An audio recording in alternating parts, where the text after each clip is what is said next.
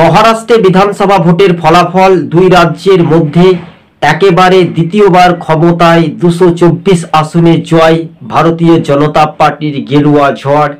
২৬শে বাংলা দখল করবে বিজেপি, পশ্চিমবঙ্গ এবং রাইটার্স আগামী দিন, এটাই একটা স্বপ্ন। কংগ্রেস জোটকে কিন্তু পেছনে ফেলে মহারাষ্ট্রে সরকার গঠন করতে চলেছে বিজেপির জোট। রীতিমতো ৫৩টি আসনে আমরা দেখতে পাচ্ছি যে জোট, তারা কিন্তু কংগ্রেস জোট এগিয়ে।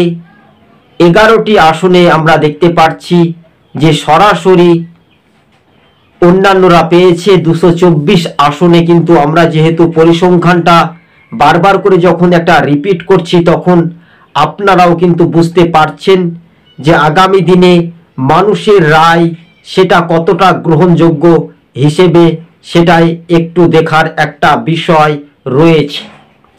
২২৪ আসনে বিজেপি জয়, ২৫৩টি আসনে কংগ্রেস জোটের এগিয়ে রয়েছে বলাই যেতে পারে।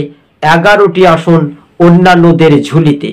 তবে সময় এলে, দিন যখন কুয়াশা ভাব ভাব হচ্ছিল সকালবেলায়, যখন বলাই যেতে পারে দ্বিতীয়বারের সরকার গঠনের পথে ভারতীয় জনতা পার্টি সদর দপ্তর কার্যালয় পার্টি অফিসে একেবারে মিষ্টি মুখ কিছুক্ষণ পরে সাংবাদিক সম্মেলন করতে পারেন প্রধানমন্ত্রী নরেন্দ্র মোদী, এবং সেখানে বিজেপির কার্যকর্তা মণ্ডল নেতাদের মহারাষ্ট্র, দিল্লি, মুম্বাই একাধিক জায়গাতে দফায় দফায় আমরা দেখতে পাচ্ছি গেরুয়া ঝড়। রীতিমতো সেখানে উন্মাদনা।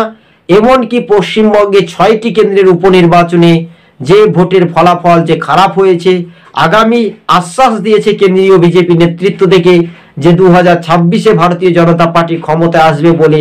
সংখ্যালঘু ভোট পুরোপুরি তৃণমূলের দিকে ঘুরেছে, এই বাংলার পরিসংখ্যান বলছে। কিন্তু মহারাষ্ট্রে ব্যাপক বাজিমাত করেছে ভারতীয় জনতা পার্টি। দর্শক বন্ধুগণ, টিভি সকাল ইউটিউব চ্যানেলটি ভালো লাগলে সাবস্ক্রাইব।